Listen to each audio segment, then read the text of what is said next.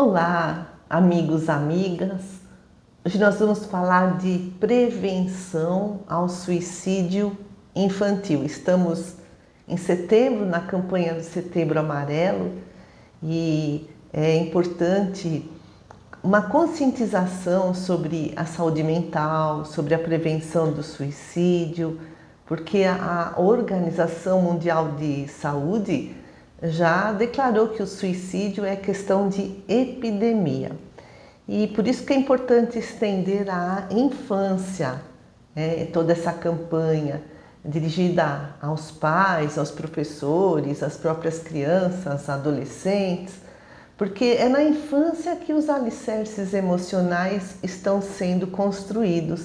Por isso é preciso valorizar a vida da criança, valorizar a vida do adolescente. Como? Criando um ambiente seguro para que crianças, jovens se sintam ouvidos, amados, apoiados. As crianças precisam saber que os seus sentimentos são válidos, né? Que ela pode ficar triste, pode ficar com raiva e aprender a lidar com essas emoções. Aí elas se tornarão mais resilientes e mais saudáveis. Mas por que crianças e adolescentes se suicidam? O que leva uma criança ou um jovem a tirar a própria vida é a dor que está muito grande. O suicida, ele não quer se matar, mas ele quer se livrar da dor. Por isso que ninguém pode aquilatar o tamanho da dor do outro, ninguém pode julgar a dor do outro ou o outro. Antigamente, os amigos se encontravam, na rua, eles trocavam ideias, segredos, um ia na casa do outro. Mas hoje o que mais se tem são amigos virtuais, que não tem essa intimidade, essa confidencialidade que existia entre os amiguinhos no passado. E isso tudo também é um fator preocupante. Em relação ao suicídio, não há uma causa única, isolada, é um problema multifatorial, Tem muitos fatores. No entanto, segundo todos os estudiosos, 90% dos suicidas têm distúrbio mental, a maioria é a depressão. Vários autores que são professores do curso de medicina do Centro Universitário de Anápolis escreveram na revista Educação e Saúde, RESU, falando das causas da depressão em crianças e adolescentes. Eles escrevem que a depressão afeta todas as faixas etárias e aumenta a cada dia. O número de crianças afetadas pela depressão, infelizmente, também aumenta cada vez mais. Por isso é importante estar atento aos sinais de depressão em crianças e adolescentes. Quais são esses sinais? Queda do rendimento escolar, tristeza, isolamento, a criança não sai do quarto. No passado, o quarto era um lugar seguro, mas hoje não é mais, Por conta das redes sociais, que muitas vezes são mal utilizadas, existe o bullying na internet, por isso que os pais precisam ficar antenados nesse mundo atual e, inclusive, limitar o uso de internet. Outros sinais de depressão: perda de apetite, humor deprimido, insônia, sentimento de culpa excessiva, sentimento de inutilidade, baixa autoestima, um retardo psicomotor, uma lentidão, automutilação. O indivíduo afetado pela depressão, ele se sente diferente, ele se sente discriminado por médicos, familiares, amigos, pela sociedade em geral. Por isso que os pais precisam, muitas vezes, eles também de ajuda psicológica. E os pais precisam estar presentes e dispostos a ouvir os filhos. O suicida infantil, né? O suicídio infantil não deve ser subestimado, não deve ser ignorado. É importante não minimizar os sentimentos das crianças e levá-las a sério. Conversar com as crianças sobre emoções, estresse, ansiedade, né? Como foi dito, criando um ambiente seguro e acolhedor para que as crianças falem dos seus sentimentos, de suas preocupações. Os pais devem estar presentes, mas afetivamente disponíveis no acolhimento amoroso, no diálogo. Autoridade amorosa, sim, mas não assim, eu sou amiguinho do meu filho, né? Faço tudo o que ele quer. E os pais também não devem descarregar a sua frustração na criança, tornando-a um bode expiatório. É preciso estimular os filhos a falar de suas emoções, de seus sentimentos, de seus sonhos. É muito importante a disciplina, porque amar é também dizer não, falar de consequências. E aí, com a disciplina, o filho até se sente mais seguro. Entender que o filho não é um boneco, um anjinho, mas é um espírito imortal. Existe toda uma programação reencarnatória e como, né, dizem os espíritos, os pais devem ser como jardineiros, né, arrancar as ervas daninhas, estar atento às más tendências da personalidade, né, às imperfeições morais dos seus filhos, desde a mais tenra idade, né, porque na adolescência o espírito retoma toda a sua personalidade.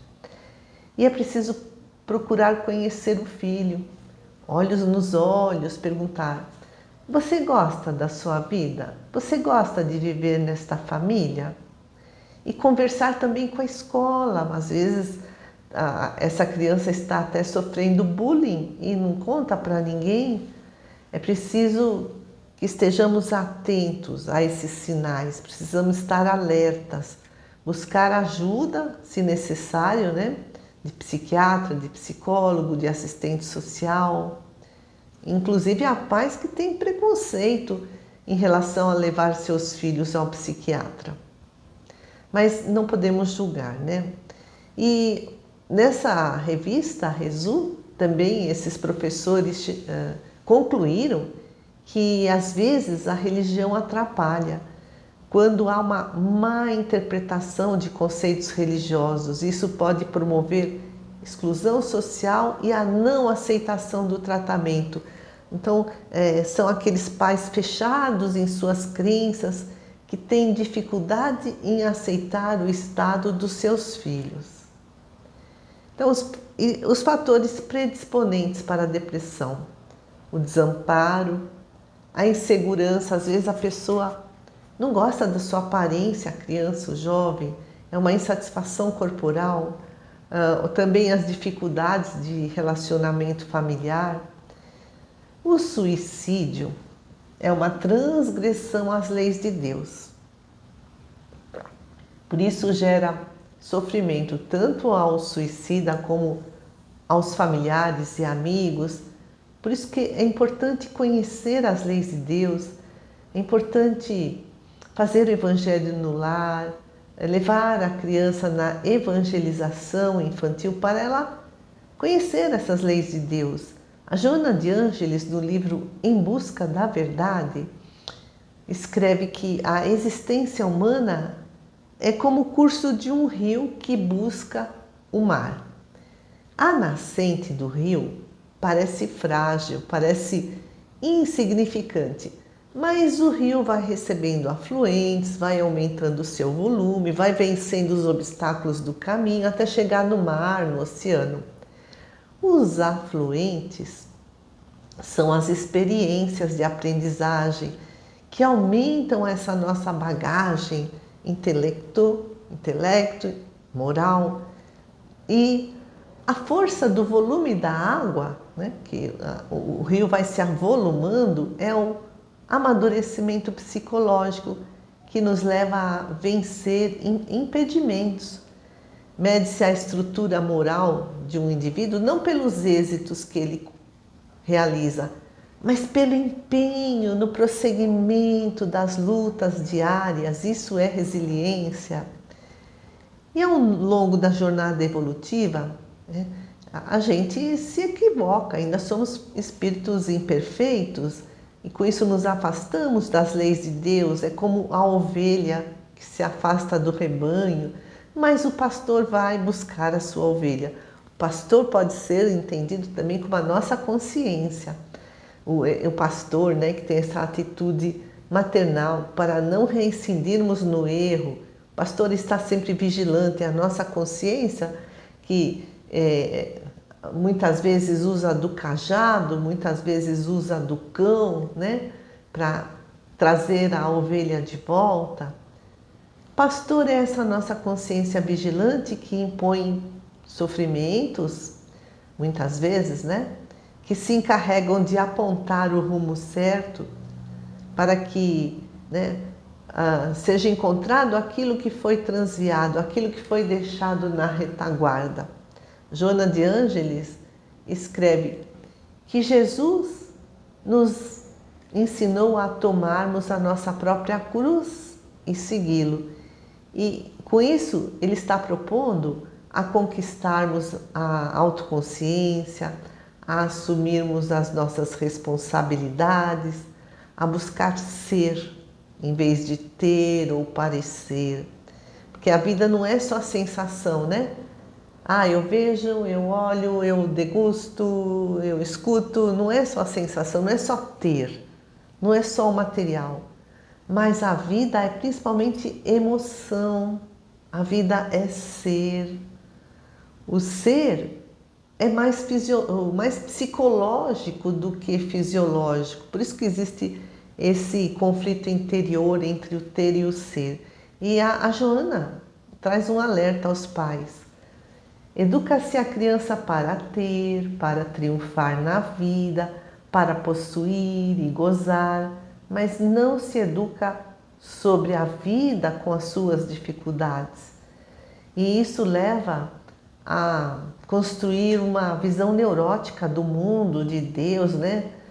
Que Deus precisa atender todos os nossos desejos, os nossos caprichos. O homem espera milagres, né? Achando que ele mesmo é um ser excepcional, né? Especial, que merece toda a atenção do mundo. E que Deus é um pai que deve atender tudo. E quando Deus não atende, aí vem a descrença, a decepção, a amargura. É a nossa criança interior ferida. Por isso é preciso educar o nosso espírito, entender, né, que a culpa é aquele cair em si após o reconhecimento dos próprios erros, mas a partir daí é preciso buscar a reabilitação, a recomposição dos danos, é preciso libertar-se da escravidão do ter, do parecer. Isso exige uma constante vigilância, principalmente no mundo de hoje, né? Uma constante vigilância com o que se é e não com a aparência. Na Turquia, houve um terremoto e uma escola infantil desabou. Dezenas de crianças ficaram soterradas. Após vários dias, foram consideradas mortas. Mas um pai não desistiu, ele continuou escavando até que encontrou o filho e outras crianças sob os escombros. E o pai chamou o filho, que respondeu: "Eu tinha certeza que você viria, papai." Durante os dias que estiveram soterrados, essa criança transferiu toda essa confiança aos amiguinhos e eles sobreviveram. Mas Joana adverte: quando a criança é estigmatizada, quando ela é punida, ela passa a não acreditar em seus valores, ela não tem estímulo para avançar, para crescer e prosseguir, ela está mortalmente ferida. E ela carrega essa marca. E mais tarde ela se torna um adolescente, um jovem, um adulto rebelde, cruel, cínico, destituído de sentimentos bons, diz a Joana. Por quê? Esses sentimentos bons estão asfixiados sob o lixo da perversidade dos pais ou dos adultos que a insultaram, a menosprezaram, a condenaram. Olha que forte isso! Quem escreve é Joana de Ângeles. E também há pais que projetam nos filhos suas próprias aspirações, sua insatisfação, esperando uma compensação, né? Quando os filhos estiverem crescidos. Mas quando os filhos seguem seus próprios caminhos, muitos pais ficam atormentados, se sentem abandonados, depressivos, perdem até o sentido da existência. E essa educação infantil feita de ilusões, ou seja, é a valorização de bens terrenos, da fama, do sucesso profissional, é a causa, né, de toda essa dor, esse sofrimento. Quando a pessoa chega no patamar máximo do sucesso, da riqueza, da fama, e não encontra um nível mais elevado para suas conquistas, aí vem o tédio, o desinteresse, a perda do sentido da vida. E Joana escreve: à medida que a religião se enfraqueceu nas famílias, houve um desinteresse pelo ser espiritual. Religião é religação com Deus, um ser superior, um Deus transcendente, e também religação com a nossa imago Deus, imago Dei, esse Deus em nós, esse Deus imanente. E a partir de então, desabrochar as capacidades adormecidas, o vir a ser, que advém do amor, da educação, da convivência social. Por isso que os pais têm essa missão sagrada, confiada por Deus, de orientarem seus filhos para que se tornem pessoas íntegras, honestas, fraternas e felizes. Amigos queridos, agradeço muito a todos que aqui nos acompanham e até a próxima.